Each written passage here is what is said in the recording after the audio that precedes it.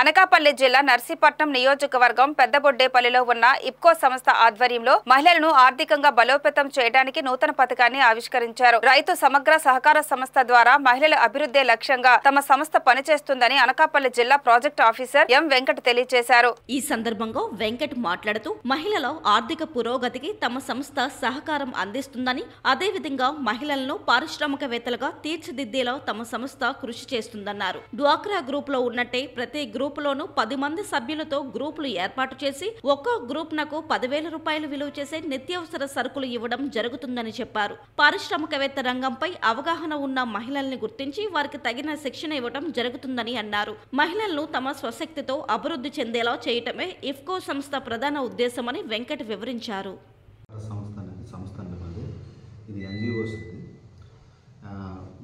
Main thing ఏంటంటే మహిళలను పైకి తీసుకురావడం, మహిళలను చేయూతిచ్చి వాళ్ళ ఆర్థికంగా ఎదుగుదలకు ప్రోత్సహించడానికి మెయిన్ రీజన్ అనేది. అండ్ నెక్స్ట్ ఏంటంటే స్టార్టింగ్లో మైక్రో లెర్నింగ్స్, మైక్రో కిట్స్ అనేది ఇస్తాం మేము.